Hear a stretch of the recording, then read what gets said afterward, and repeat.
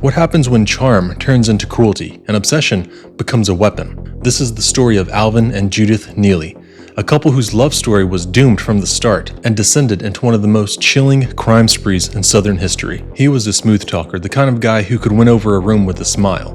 She was a bright young girl, thrust early into the role of caretaker. Together, they would become a force of destruction no one could have seen coming. You may think you know what a predator looks like.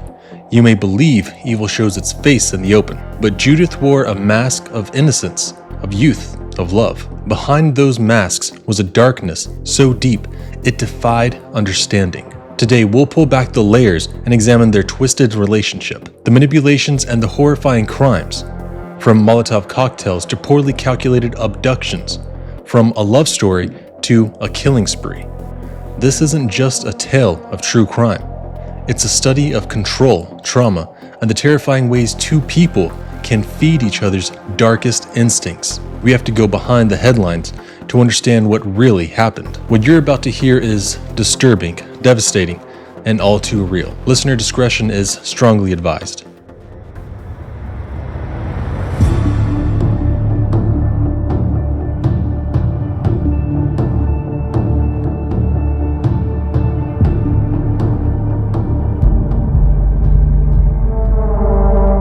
Alvin Howard Neelley Jr. was born July 15, 1953, in the small town of Treon, Georgia.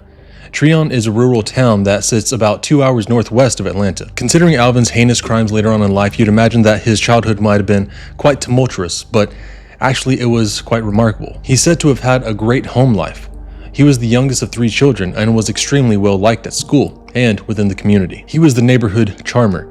People in the community described him as always smiling and happy. He was constantly out playing, fishing, and hunting with other boys his age. His childhood was so picturesque, it was described as a festival of joy. Most people with the reputation that Alvin garnered as an adult had childhoods that were far from festivals of joy. When Alvin made his debut at Fort McHenry Elementary, he realized people adored him, and he found a way to use that to his advantage. He used his magnetic vibe to get friends and was known as the class clown. Not in an obscene way, but in a way that was goofy and had the other students enjoying and admiring Alvin. Eventually, he realized he could get more than just friends with his charisma. He started making waves with the young ladies in his area. The thing that speaks to his character the most, though, is that it wasn't just fellow children who were attracted by his personality. He was popular among the adults, too. The local pool was the hangout for everyone in Treon, and the owner of the pool would let Alvin in for free just to get other people to come to the pool. He was sort of a little local celebrity. Whenever Alvin made it to high school, something in him changed drastically. Whether this was just due to teenage hormones or something that isn't available to the public, it was the start of where his life took a turn for the worse. His personality grew exceedingly dark. He was moody and had a violent temper. This is where his crimes first began, but it wasn't anything like we'll see later on, but rather things like petty theft and eventually car theft. In 1973, when Alvin was 20 years old, he met 15-year-old Joanne Browning. Joanne had been an acquaintance of Alvin's half-brother Benny Farrington, who worked at a local grocery store in Dalton, Georgia, and the connection quickly brought them together. Like everyone else in the neighborhood, Joanne found Alvin to be extremely charming, and the two began dating. Let it be noted that the specific culture of the area and what was acceptable in terms of dating under the legal age was a bit of a blurred line in the 1970s. However, that does not excuse that this relationship was volatile in age and manner. Only a year later, making Alvin 21 and Joanne 16, the pair moved in together. She quickly became pregnant following the move with a child that would be their first of 3. Alvin's charm quickly evolved into rage once Joanne began to know the real him. She would later testify against him during this trial, and the secrets of his habits were brought to light. She said that he had beaten her on the breast and arms and had stretched the corners of her mouth with his fingers. He did all of this while she was pregnant, and it was unprovoked and ruthless. This assault was only the first of countless that poor Joanne would have to endure. Despite the violent nature of their relationship, Joanne and Alvin tied the knot in January of 1975 in Cleveland, Tennessee. Following their marriage, they stayed in Tennessee for a bit of time and moved in with Alvin's mother. Joanne thought she could breathe a breath of fresh air because who would beat their wife in front of his own mother? Alvin would, and his mom could not have been less concerned about the violence happening under her own roof. The assaults weren't the only extremity that Joanne endured from Alvin. He was also an extremely paranoid and jealous man. He was convinced that Joanne had been having affairs with other men in the neighborhood. He would obsessively drag her around from door to door, asking if the man who opened the door was her secret lover. Alvin took paranoia to a whole new level, but he still wanted Joanne, even though he believed she had been having affairs when she hadn't. He required that she be subservient to him in the most gross way. She bathed Alvin, combed his hair, and even dressed him as though he was a child per his own demands. She obeyed due to her fear of her own husband, but sometimes, when it would all become too much, she would hide in other rooms of the house and lock herself in. Sadly, that never worked. Alvin being a larger man, he broke down the doors and found his way to his wife. Alvin likely thought he was the king of the house behind closed doors, but in reality, he was a massive loser. He couldn't keep a job to save his life, and would bounce between convenience stores, working behind the counter. He decided that wasn't enough and wanted to start robbing his places of work. Eager to appease her husband and stay safe, Joanne agreed to help Alvin in his crimes. He thought robbing the stores he worked for was a good solution for not being able to hold down a job. Of course, it wasn't. Joanne finally began to feel as though she'd had enough. She ran away, leaving their 3 children in his care. However, Alvin wasn't having it. He made her come back by threatening to kill both her and the children if she didn't return. So as any mother would, she returned to her abuser. But this time, she brought her 13-year-old sister with her. She did this because she thought it would help Alvin be calm and not act out as much, as there was an audience, but it was worse than Joanne could have ever imagined. Even with her sister there, Joanne was still beat relentlessly by Alvin. And then, Alvin attempted to rape Joanne's 13-year-old sister, and he almost succeeded, until Joanne threatened to kill him if he didn't stop. The abuse unfortunately continued following Joanne's first attempt to flee, and every couple of months, Joanne would run away again to her mom's house, but he somehow always got her to come back. That is until 1977, when Joanne was 18, she finally left for good, and sadly, left the 3 children with Alvin. It's hard to fathom that she would leave her children with that man, but remember, she's still a child, and Alvin had found a new one to ruin.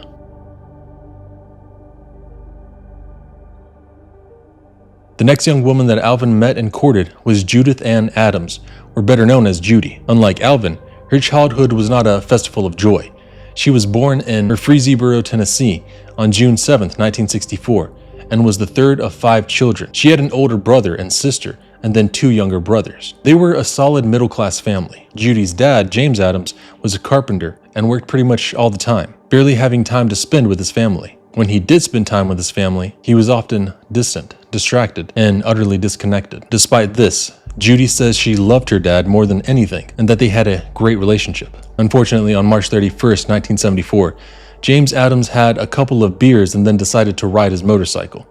This decision would change the course of the family's lives forever. He rode onto the highway and somehow crashed into a guardrail. James was dragged about 100 feet between the motorcycle and the guardrail, and then was subsequently flung into the air. He died when he hit the pavement. The death of her dad devastated Judy. She was only 9 years old at the time and was reported to have always been a quiet child. But following this, she turned to stone. Judy's mother, Barbara, struggled a lot without the support of James. Left with 5 kids and just a small pension, she couldn't support the children. She ended up taking a part-time job at Heatcraft, a local refrigeration factory, and got a double-wide trailer for the family of 6 to live in. Now, living in a tight space, the loss of dad still fresh, family tensions were high, but they rose even higher when only a year after her husband's passing, Barbara began dating. Judy was extremely upset that her mother had already began dating. She adored her father. However, the situation escalated even more when one night, Barbara went out on a date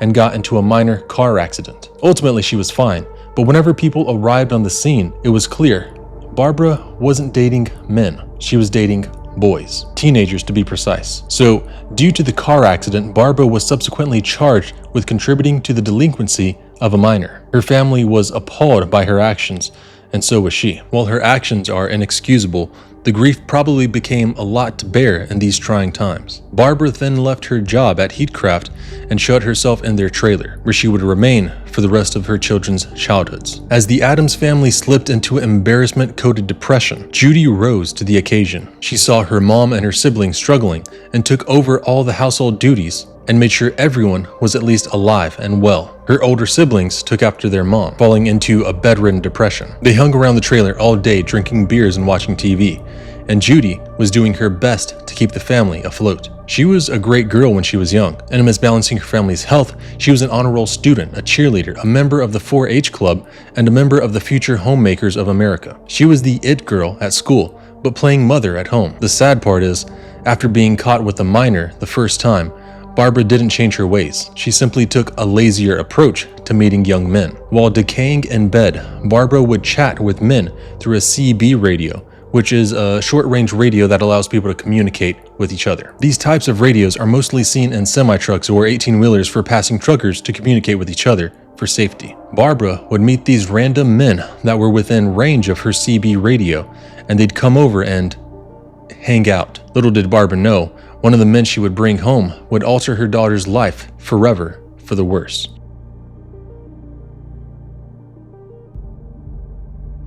One early afternoon in 1979, Alvin Neelley, now 26 years old, and his friends of the same age, Dan Hartley, were driving out to meet a woman that Dan had met through his CB radio. This, of course, was Barbara, Judith Adams' mother. As the duo neared the Adams trailer, they spotted the CB antenna on top of the trailer and knew right away they were in the right place. Dan was ecstatic to meet the woman he'd been communicating with, but someone else caught Alvin's eye, Judy, only 15 at the time. Dan and Barbara were nestled in her bedroom of the trailer while Alvin and Judy sat in the family room drinking beers and just hanging out. Turns out the pair seemingly had a lot in common and spent all night talking and into the early morning. Later, Alvin would tell the public that if anyone had stepped in between us, they'd have been burned up in the sparks. It's sweet until you remember she's 15 and he's nearing 30. Reportedly, after that first night of meeting, Alvin and Judy were absolutely inseparable. Inseparable might be a light word to describe the relationship that Judy and Alvin quickly fell into. Obsession is more appropriate. They were smitten,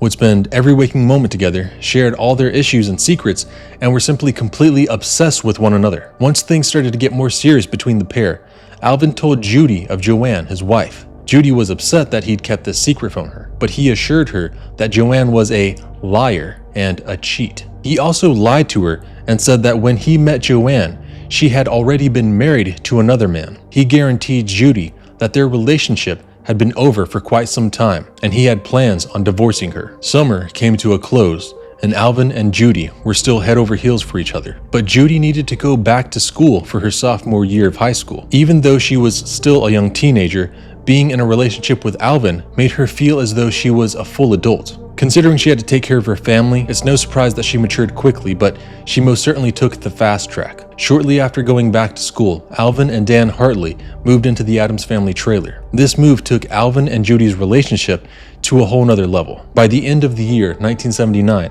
after living with Alvin for a few short months, they discussed marriage, and Judy dropped out of high school. She was a bright young woman with likely a promising future had she never met Alvin. She forfeit her dreams of being a nurse and her high status in high school, and Alvin divorced Joanne. Soon after Alvin divorced Joanne, Judy left home and moved in with Alvin's mother in Cleveland, Tennessee, while Alvin stayed in Murfreesboro to get some cash into his savings. Once he felt secure enough, Judy and Alvin reconvened, and this was the start of the end.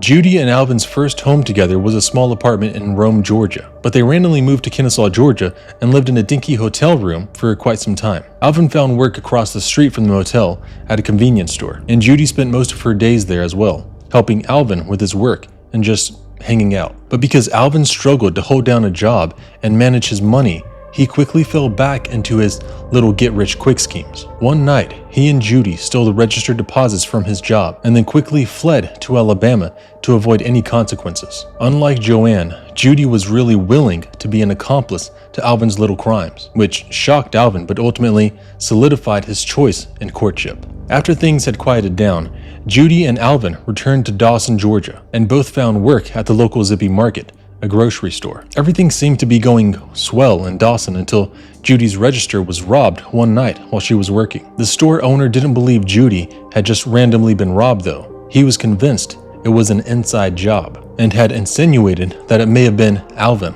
Whether Judy and Alvin constructed the little robbery or not, it didn't stop them from doing the same thing they did in Kennesaw over and over again. They had a little routine: get jobs at a local grocery or convenience store, work for a bit, and then rob the register and get the hell out of Dodge. Over and over again they did this until they took a little pit stop in Ringgold, Georgia to get married, and then they were right back at it. However, there was another little cog in their machine, or more specifically, a bun in the oven. In the fall, Judy had learned she was 6 months pregnant, but that didn't stop their crimes. They continued on with Judy 3 months from a due date. Just a few months later in Rome, Georgia in 1980, both Alvin and Judy were arrested at the Riverbend Mall for robbing a woman at gunpoint. Alvin was subsequently sentenced to 5 years at the Walker's Institute in Lafayette, Georgia, and Judy, still being a minor, had been placed in the Rome Youth Development Center. After 2 days of being at the YDC, Judy gave birth to twins,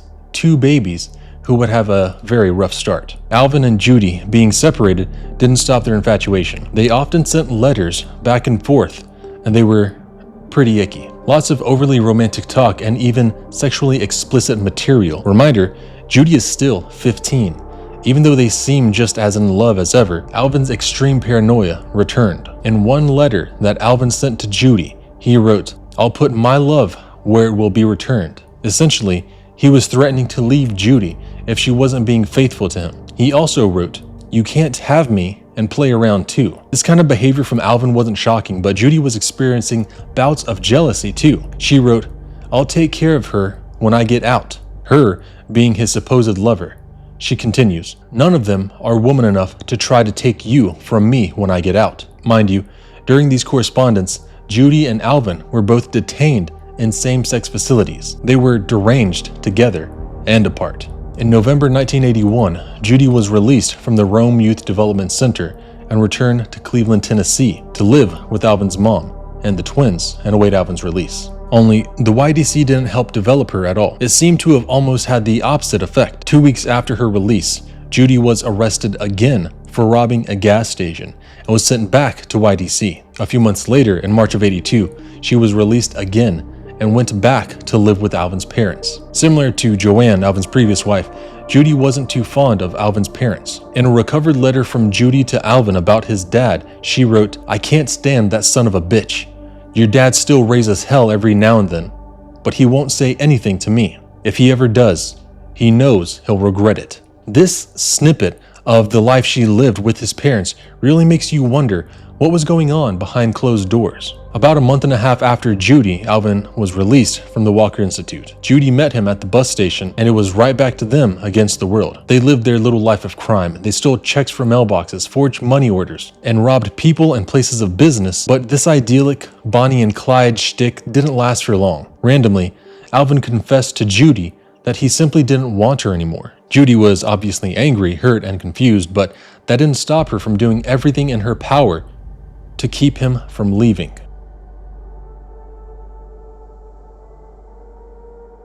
On September 11th, 1982, Ken Dooley, a Rome Youth Development Center employee, was shot at in his Rome, Georgia home by someone. But luckily, he wasn't hit, but was most certainly shot at. A few days prior, Ken was at home when the phone rang a little past 7 p.m. He picked up, and the voice on the other end was a woman who claimed to be a friend of his wife, Sherry. The caller said she had been passing through the area and wanted to surprise Sherry with a visit. Ken, not knowing any better, gave the caller directions right to his home. The caller told Ken to tell Sherry that she'll see her whenever she gets to Rome, and Ken does just that. He tells his wife that a woman she's friends with from Kentucky named Susan is coming to visit, but Sherry is confused because she doesn't know anyone from Kentucky, let alone anyone named Susan. A few days after this perplexing phone call, Ken returned home from his son's football game. As he approached the front door, Sherry stood there waiting. She said there had been a call earlier from a young girl asking if he was home. Ken found this odd, and so did Sherry, because why would a young girl be calling for her husband? Sherry brushed it off, and Ken asked who it was. Sherry explained that the girl on the other line wouldn't say who she was. Then, and perfect timing, the phone rang again. Ken answers, and this time, it's a man on the other line. The voice simply says, "You've screwed the last girl you're gonna screw," then hung up. So just as Ken's getting ready for bed, he does a once-over on the house. He ensures all the locks are secure and checks on his sleeping children. Suddenly, he heard 4 deafening pops that sounded similar to a car backfiring as he was walking back to his bedroom. Sherry screamed to her husband that someone was shooting at their house. He ran to Sherry, checked on her, then the children. Then, he looked out the window and saw taillights speeding away from his house. Police arrived shortly after, but unfortunately, there was no evidence for them to go off of. No one could identify the shooter or the car, so they gave him the best advice they could: don't sleep here.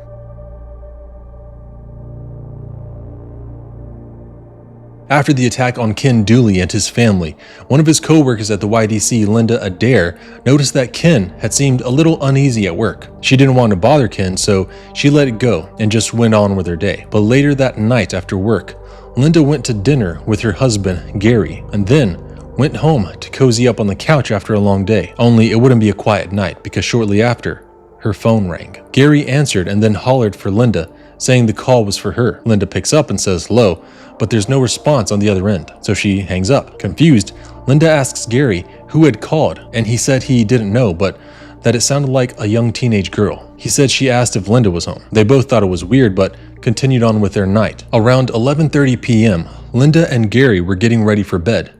Gary was washing off the day in the shower when the phone rang again. Linda answered this time, and it's one of her neighbors frantically yelling into the receiver. "Linda, what's happening? Someone threw a bomb at your house." Linda rushes to the dining room window and looks out at her carport and sees it completely engulfed in flames. She quickly got Gary out of the shower, and the two fled to the neighbors and watched from the porch as their shared home went up in flames. After the fire died out and authorities showed up to control the scene, Linda told the police she heard the neighbor's dog going crazy and a car flying down the road only seconds after the bomb hit the house. However, it was a homemade Molotov cocktail that started the fire, made from gasoline and a soda bottle. Similar to Ken Dooley's incident, the police were at a complete loss with the lack of evidence. Linda mentioned the odd phone call, but that was all they had, or so they thought. A young man was on a date that night, and as the rendezvous was coming to an end, the young man dropped his date off at her house a couple blocks away. He actually got a good look at the car that committed the attack on Linda Adair. He said it was a 1970s model Dodge.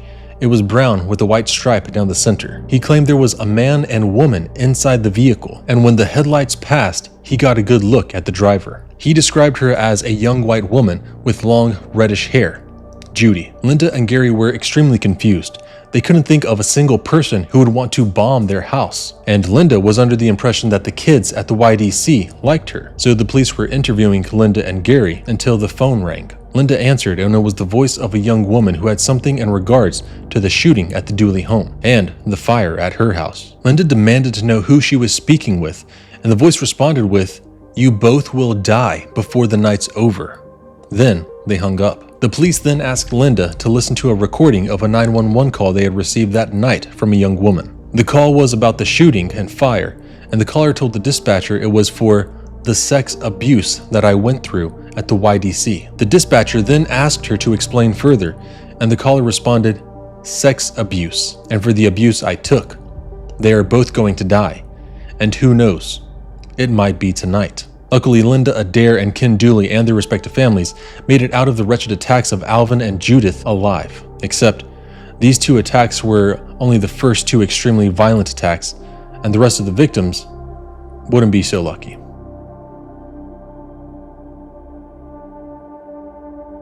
Alvin and Judy left Rome, Georgia, and headed southeast to Macon, Georgia. The strange thing was, though, they rode separately. Judy went in the aforementioned brown Dodge, and Alvin rode in a red Ford Granada. Whether this was because they simply didn't want to be around each other or they were trying for some semblance of being under the radar is unknown. Although it seems as though the former may be the case.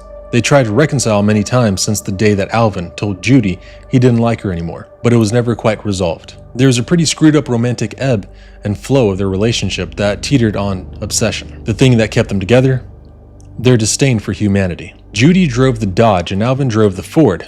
They kept each other company through the ride by using the CB radios, like the one Judy's mom had used a few years before. When they finally reached their destination, Judy made another phone call. She called Linda Allen, another YDC staff member.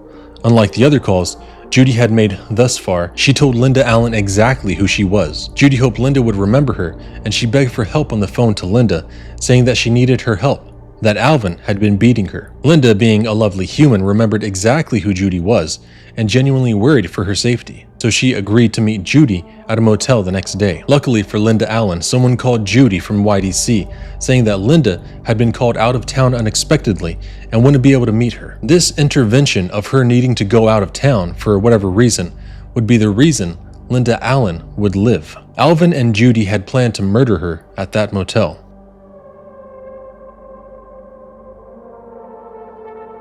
Their next intended victim was John Brownlee. Brownlee worked as a security guard at the YDC in Rome, Georgia, and Judy thought John had been attracted to her, which made him the perfect target. Judy somehow found his home phone number and called him. He answered, and she put on her most alluring voice and reminded him how he told her to reach out if she would ever be in the area again. This solidified his attraction for her, but it didn't keep him from seeking out other relationships. He refused to meet with Judy despite her plans because he had just recently gotten married. So a little defeated, Judy and Alvin decided they needed a new plan and that cold calling people they wanted to harm wasn't going to work.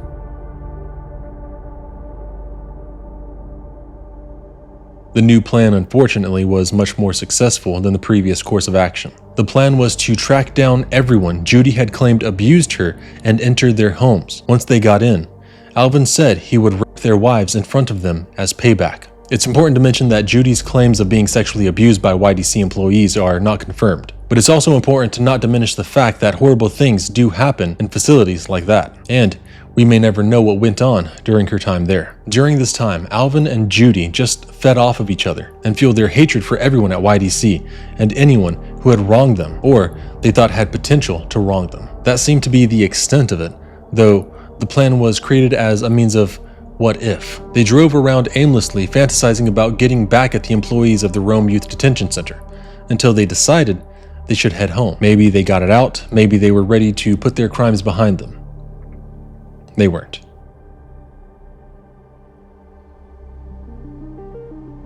On September 25, 1982, Gail Henderson of Ethel Harp's home and 6 young girls went to the Riverbend Mall in Rome, Georgia for some light shopping. Ethel Harp's home was a facility for abandoned and neglected young women, and Gail Henderson was one of the lights in the community who helped the young girls achieve some normalcy in their lives. The young women were excited to get out of the facility and spend some time doing their normal teenage girl things, and Gail knew this.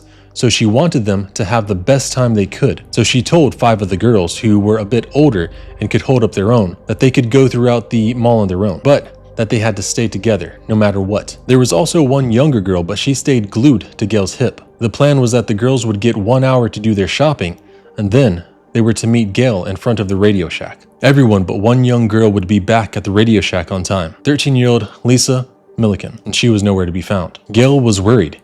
She asked the other girls what happened to her. Why hadn't they stayed together? The other girls simply said she had somehow separated from the group, but they figured she'd be at Radio Shack. So they waited for Lisa. About 20 minutes later, Lisa was still nowhere to be seen. So they took action and split into 2 groups to try to locate her. With still no sign of Lisa, Gail started to freak out a little bit. So she employed mall security to help in the search, but they still couldn't find her. Finally, they called the police and did a formal search and closed off the mall, but she was still nowhere to be found. It seems as though she just disappeared. A few months went by and Lisa was still nowhere to be found, but the police continued to search. During an interview with a young woman who had been at the Riverbend Mall that day, she recalled that she had been approached by a teenage girl. This same experience was had by multiple young girls at the Riverbend Mall that day, and in some cases, the girl asked if their names were Kim or Phyllis. Most of the girls who were approached just brushed it off and moved along with their day. However, one woman had a more memorable experience with this strange young woman. Suzanne Clontz was at the mall with her husband doing some shopping. At some point, she and her husband separated to do their own things, and during the time when Suzanne was alone, a young woman, now known to be Judy, approached her. Suzanne said she looked dirty, like she hadn't had a bath in quite a while. She also asked Suzanne if her name was Kim. Obviously, Suzanne denied that her name was Kim, and then Judy asked if she was alone at the mall. When Suzanne mentioned she was there with her husband, Judy completely lost interest and simply walked away, effectively ending the conversation without any formalities. It then became evident that Judy had lured Lisa Millican away from the Riverbend Mall, and what happened next is simply unfathomable. Alvin and Judy took Lisa to the Chattahoochee Motel in Rome, Georgia that night, and funnily enough, the receptionist at the desk said she had noticed the trio as soon as they walked through the door. She thought that it was an odd grouping. Minding her own business though, she moved on with her night. In the morning, the same receptionist went to check on the room Alvin, Judy, and Lisa stayed in after they checked out, and she said it was completely trashed with candy wrappers and soda cans, and that it looked like only one of the beds had been slept in. A couple days later, Alvin, Judy, and Lisa checked into a motel in Alabama, and the owner of the business stated that the room was left in shambles. It was once again completely trashed, and only one of the beds had been used. Later that same evening, a strange call came in to Rome Police Headquarters. The call was answered by Watch Commander Lonnie Adcock. On the other line was a young girl who asked, "Y'all looking for Lisa Ann Millican on the run from the Harps home?" The caller then claimed to have useful information. She said, "Go up to Little River Canyon in Alabama," then followed up with specific instructions on how to get to Lisa. The police suspected that if she was in this place, she wouldn't be alive. So, following the tip, the police went to Little River Canyon to take a look. As the police searched, a local news director, Jenny West, received a tip from a young woman who had called her desk. The tipper said, "Lisa Millican, the girl that ran away from the Harpst home on Friday, has been killed, and the Rome police are covering it up." The caller then gave West detailed instructions on where to locate Lisa's body, but West was confused. She interrupted the caller, Judy, with, "How was she killed?" And the caller said that she was shot by a female juvenile officer from the Harps home this morning. She was at the Little River Canyon and she's still there. West, knowing that this situation was severe, went straight to the police in Rome and told them about the call. They told her that they had received a similar call, but when they searched the canyon, they found nothing. They even believed the caller and investigated those who worked at Ethel Harpst's home, but found nothing that would implicate anyone in the murder of Lisa Millican. Given that the tips Rome authorities were receiving were based on a crime scene in Alabama,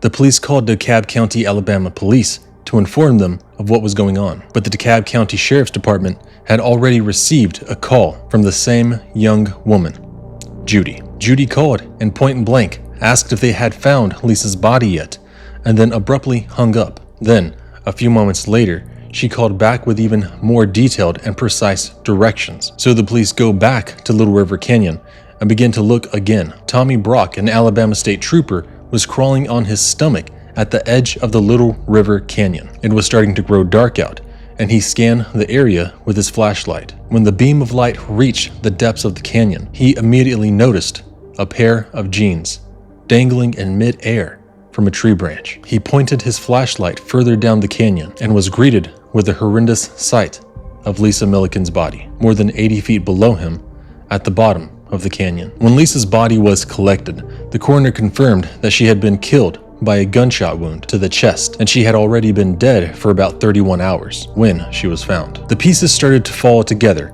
All these phone calls and all these tips, they determined were from the same person, so they had a suspect. But the phones in the 80s weren't like the computers and phones we carry around now. They couldn't trace where the calls were coming from, so all they knew about their suspect was that it was a young woman who looked dirty.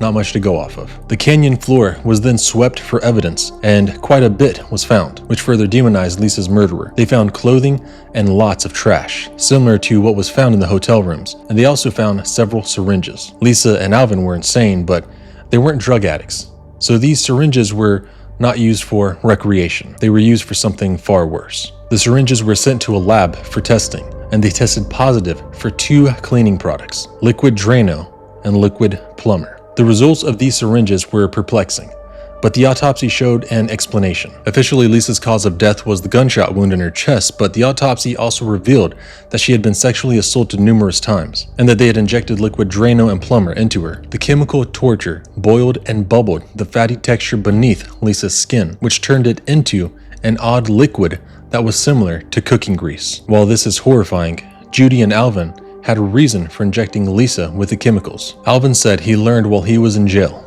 that it would be nearly impossible for investigators to determine a death as a murder if the victim was injected with acidic chemicals, and that the death would be quick. This is so very far from the truth, and it simply shows how daft and gullible both Alvin and Judy truly were. But with her oddly romantically estranged husband's advice, Judy injected Lisa. The reaction of the chemicals was painful and slow, and Judy, who was 16, was impatient. So making Alvin's jail theory completely moot, Judy shot Lisa in the chest and pushed her into the mouth of the canyon. It's reported that Judy injected Lisa with the Drano at least 6 times while she was tied to a tree at the top of the mountain. From the moment Lisa disappeared from the Riverbend Mall in Rome, she had been sexually abused for 4 consecutive days while being held captive by the monstrous Judy and Alvin Neelley. Sadly, Lisa's story ended far too soon for such a young girl who had already been through too much, and she wouldn't be the last victim of Alvin and Judy.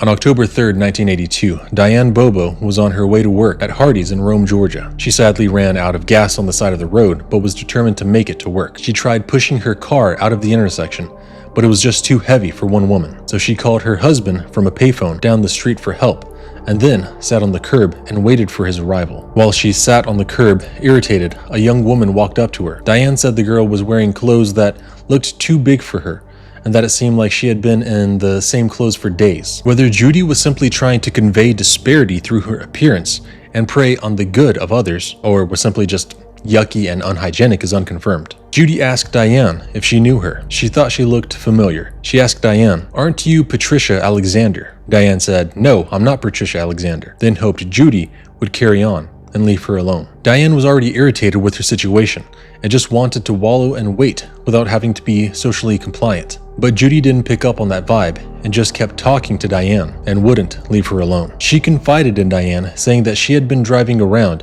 and got lonely and was wondering if Diane wanted to go for a ride with her. Diane strongly declined. Diane could tell something strange was up. The girl said she's been lonely, but when Diane looked at the car, she saw Judy's 2 children in the back seat. Diane was weirded out and kept saying no and asked Judy to leave her alone again. But Judy was persistent. Her motives most certainly contained malice. Judy kept telling Diane over and over, "Get in my car, you should get in my car." And Diane finally snapped. She got really firm with Judy and told her to leave her alone, for real this time. And then just as Judy gave up on trying to abduct Diane, Diane's husband rolled up on his motorcycle and rescued her from Judith Neelley. It turns out that sometimes being in a bad mood could save your life, and you wouldn't have even known it. Unfortunately, Janice Chapman was having too good of a day for that.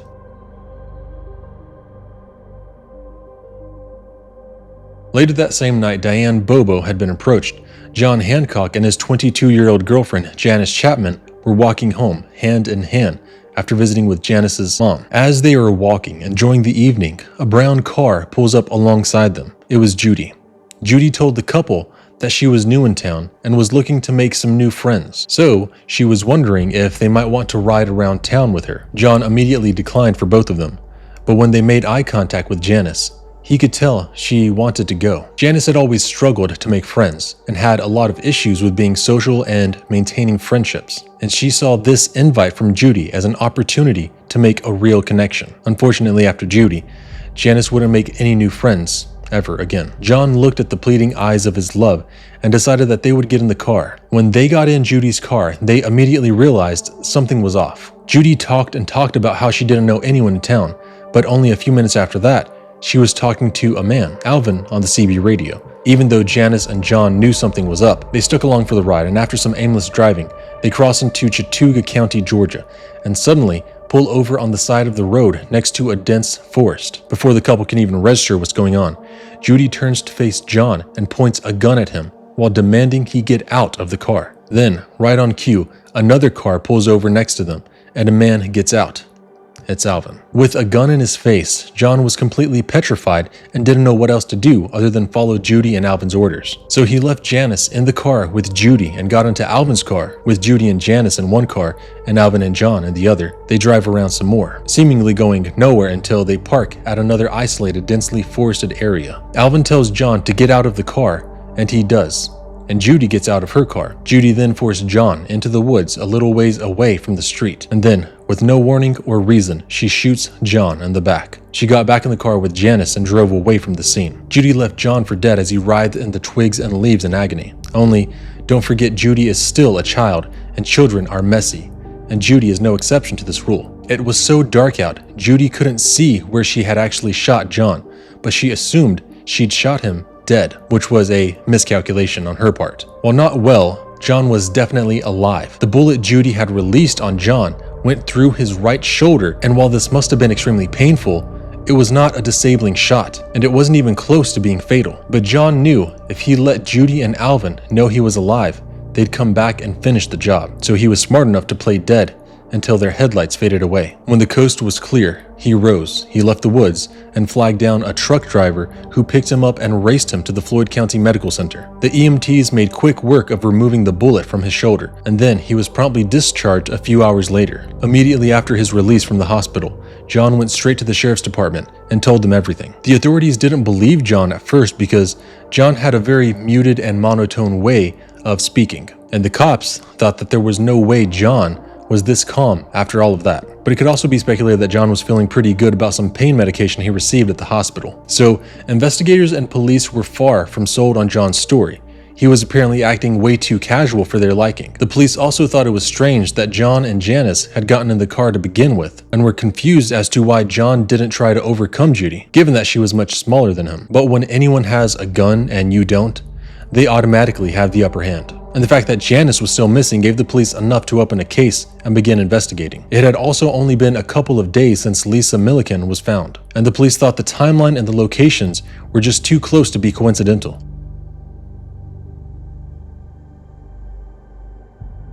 With John as their only current living witness, they showed him recordings of the calls that Judy had left when the police were searching for Lisa Millican. And John confirmed that the voice on the other line was the voice of the woman who had abducted him and Janice. They were gaining on Judy, and Rome Police Captain Mike Raglan told the press that there were similarities in the Lisa Millican case and the Janice Chapman case, but that for every similarity, there's a discrepancy. Over the next few days, things finally started to make sense to the police. Diane Bobo had reported her interaction with Judy, so police questioned her. As she said, the way that she was trying to lure Diane into her car was exactly the same as what happened to John and Janice. Another woman also came forward, saying that her 13-year-old daughter had been approached by a young woman who had tried the same tactic. The woman's description of the girl and her car matched that of Diane Bobo and John Hancock. The descriptions and interactions weren't the only thing that started to click for the police. The .38 caliber bullet that had been extracted from John's shoulder was the exact same as the one that had been found in Lisa Millican's body. It didn't take long for the police to connect all of this information,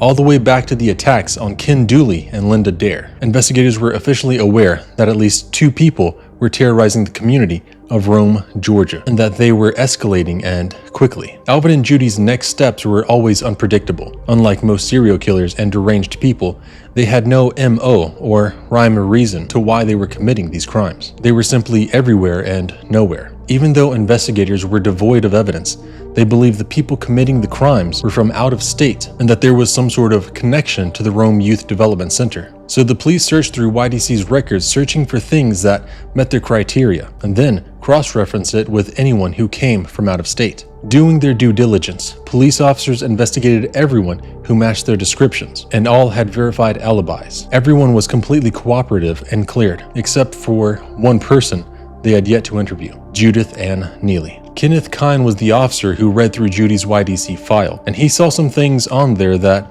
he thought most certainly linked her to all of these crimes. Her first arrest for robbery was in the Riverbend Mall parking lot, where Lisa Millican had been abducted. Then, she was also arrested near the area in Alabama where Lisa's body had been located, and found out she had been arrested alongside a man. It seemed too convenient.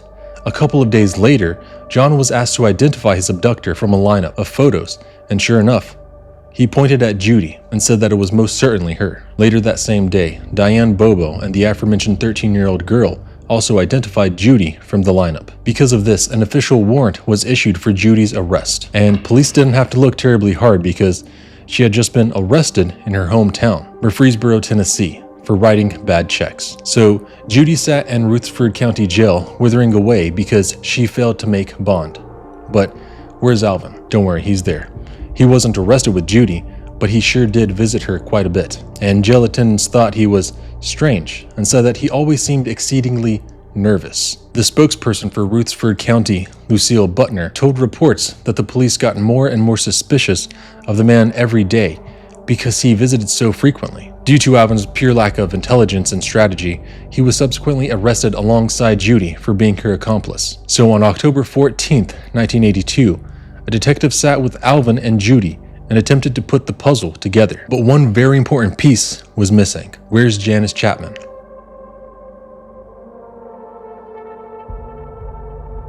Following Detective Kine's interrogation of Alvin, he described him as being a complete wimp, not too bright, more or less a slob. He just didn't fit the picture at all. And right then, I thought there must be something real strange in all of this. It makes sense that Kine would see Alvin this way because it's clear that even though Alvin started with the power in his and Judy's relationship, Judy definitely grabbed hold of it very quickly. Kine was even taken more aback when, unprodded, Alvin claimed he wanted to discuss the crimes. He likely wanted to cover his own butt, but instead said, "I didn't do no murder.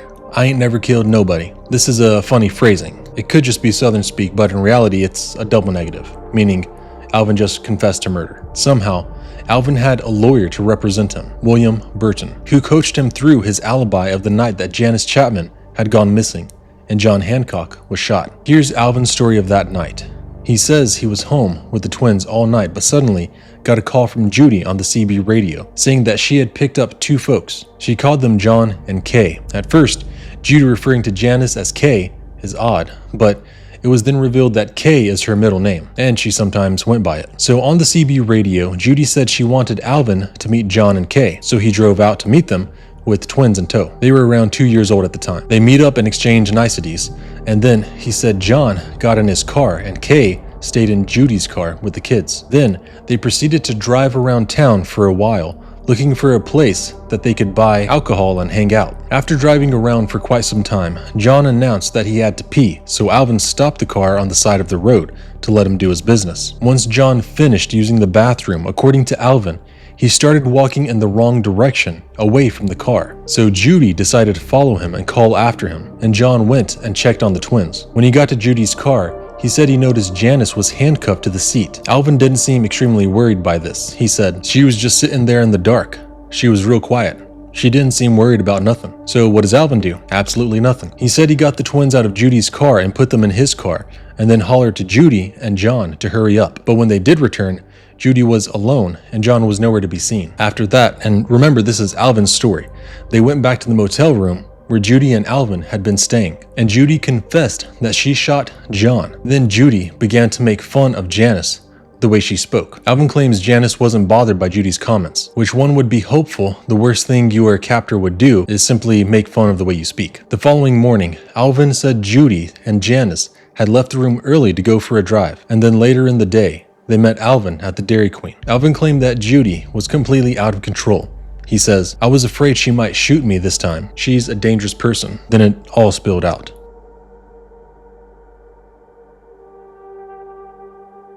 Alvin became a waterspout of information, likely hoping it would save him from the slammer. He said, talking about Judy, she firebombed that house in Rome. While Detective Kine wanted to hear Alvin spill the beans, he was more concerned with the location of Janice Chapman, so Alvin resumed his story. He said Judy and Janice left the Dairy Queen together, and then a little while later, Judy came back by herself and told Alvin that she had shot Janice and left her body along some back road. Then he drew a map of exactly how to find Janice's body and signed it. It's curious that he was able to draw a map directly to her body. How would he be able to do that if he hadn't been there himself? I mean, according to him, Judy said that it was just some back road. Anyhow, investigators later determined that some of Alvin's story held truth. The day after Alvin's interrogation, Janice's body was found along a rural road in Haywood Valley. She had one gunshot wound in her back and two in her chest. Janice wasn't robbed, and there was no motive in the killing. Judy and Alvin were simply killing to kill, which is likely why Alvin knew he had to start spilling so he wouldn't get punished as much, and it didn't even work. Alvin was constantly throwing Judy under the bus. He still requested that his lawyer, William Burton, represent her too. However, Judy didn't request a lawyer and planned on representing herself. So when Burton arrived, investigators wouldn't grant him access to talk to Judy. When Alvin was being interrogated, Judy crafted her own little story that wasn't that different from Alvin's story, except he was the instigator in hers. Judy tried to play victim of Alvin for quite some time. She claimed that she had never committed a crime before she met him, which is true to our knowledge. but she also claimed she was only committing these crimes to appease him, which is very clearly false. During the rest of Judy's interrogation, Detective Clyde showed Judy a photo of Lisa Millican. Judy played dumb, saying that she had met her at the mall and only noticed her because she looked like Jodie Cunningham from Happy Days, and that was the end of their interaction. Later on, Judy made public statements to investigators in both Alabama and Georgia, acknowledging that she participated in the attacks on YDC employees and the kidnapping and murders of Lisa Millican and Janice Chapman. However, she claimed she only participated because she was under the controlling hand of Alvin, who was both physically and sexually abusing her. It is not known if this is true or false. Given Alvin's violent and testy history, it's not out of the realm of possibility. However, it doesn't subtract from the fact that Judy was indeed involved in all of those known attacks and murders. According to Judy, Alvin demanded that she find young girls for Alvin to sexually assault, and she stated that she was willing to do anything to avoid further abuse. The more interviews that were conducted, the more police suspected that neither Judy nor Alvin were telling the truth. And that was confirmed because just a few days later, Alvin came up with a whole new story. He stated that there were 7 other victims that had not been found, and that he and Judy were recruiters and enforcers in a prostitution ring. But not all of the slangs were connected to prostitution. Even though this seemed a little absurd at this point, police gave Alvin his 2 minutes, because he had some info about other murders around the state, and it may have held more water if he had groundbreaking information. But everything he gave the police was already in the papers. While Alvin was just completely off his rocker, Judy stuck firmly to her story that she was really the victim in all of this. Detective Clyde retaliated by saying she's mad because she had to serve a lifetime. It's revenge against the system. So it's obvious the lead detective on this case doesn't believe that Judy was a victim, but likely the mastermind. First, investigators believed that Judy was seeking revenge on the YDC employees, but then they changed their theory. Who they really thought Judy was targeting were people she saw herself in, young women who were struggling. After evaluating the circumstances of each victim, it seems to ring a little true, as sad as it may be. On October 28, 1982, DeKalb County grand jury convened to hear the case against Judy on the count of the murder of Lisa Ann Millican. After only one singular day of deliberation, the grand jury came back with an indictment. Judy was accused of killing Lisa and the kidnapping and sexual abuse of a minor. Even though every lead pointed to guilty, Judy and her court-appointed attorney, Bob French, stood strong on a not guilty verdict. This was a bold choice for French and Burton, Alvin's lawyer, who stood by the same plea. This was such a bold choice, though, because Alvin and Judy never denied murdering Lisa and Janice. They had never said outright, "I didn't do it." Not making a lot of progress with Judy, the Georgia Bureau of Investigation, or GBI, moved on to Alvin again. They questioned him about raping Lisa, and Alvin repeatedly denied this, even though the GBI retaliated with asking how semen was found in her body, and Alvin retorted with the most disturbing and absurd lie. He said that Lisa was handcuffed to the bed in the hotel room when Judy had masturbated him into a Dixie cup and then proceeded to pour it into Lisa. Obscenely disturbing, the fact that Alvin's mind could even conjure that is beyond explanation. He also stated that Judy had been bisexual and that she was always actually the one who wanted girls. He struggled so intensely to keep his story straight, which would just damage him more down the line. Judy was proving to be quite the problem for her attorney because she would not stop confessing to the murders, making French look pretty dumb for continuing with a not guilty plea. However, determined, French filed a motion to have Judy tried as a juvenile in December because at this time she's still only 18 years old.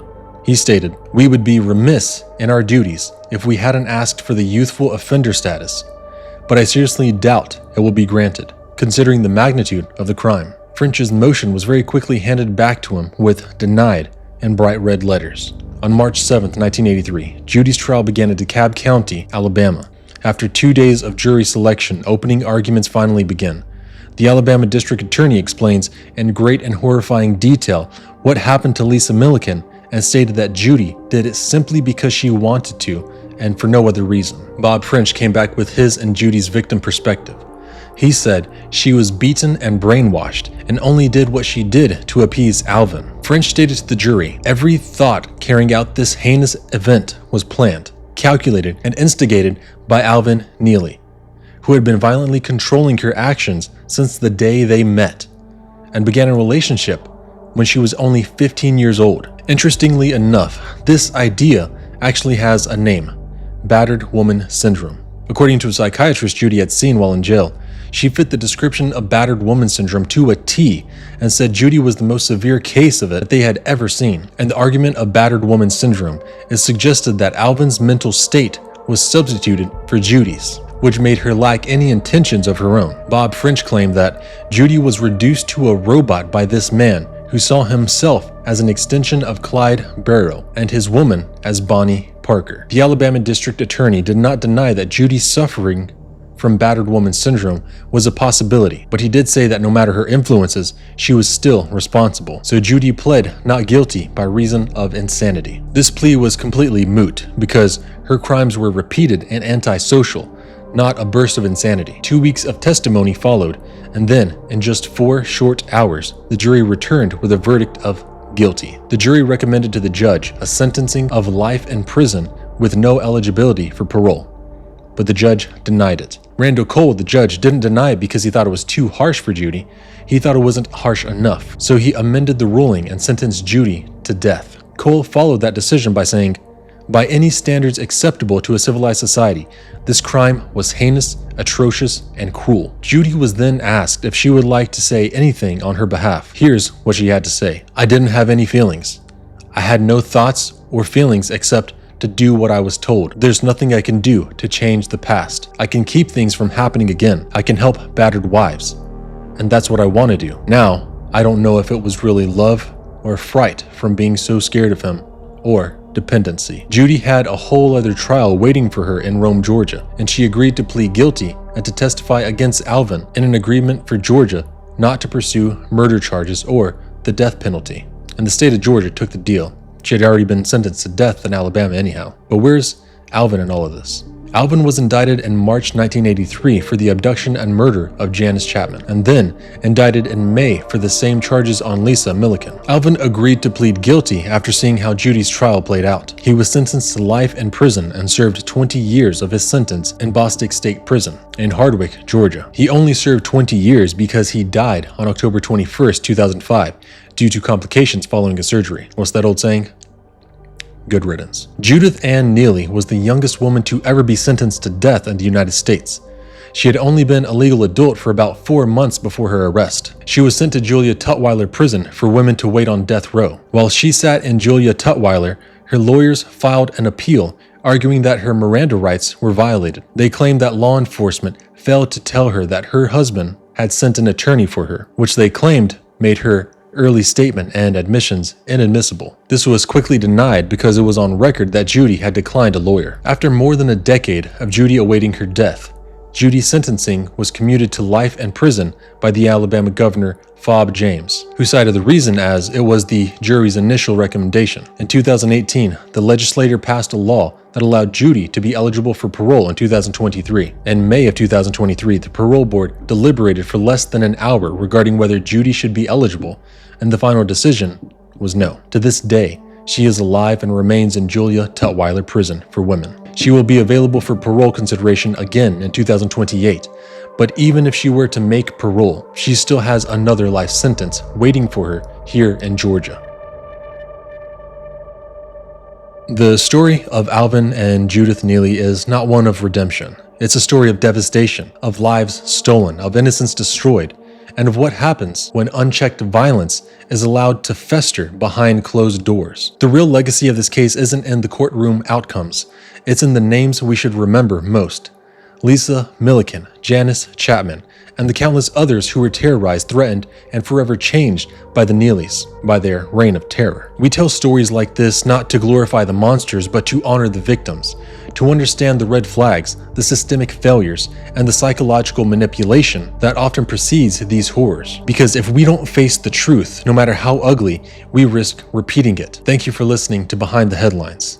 If this story moved you, disturbed you, or made you think twice, share it. Because the more we understand about people like Alvin and Judy, the more we can protect each other from becoming their next victims. This has been Joshua John with Behind the Headlines, and until next time, stay safe.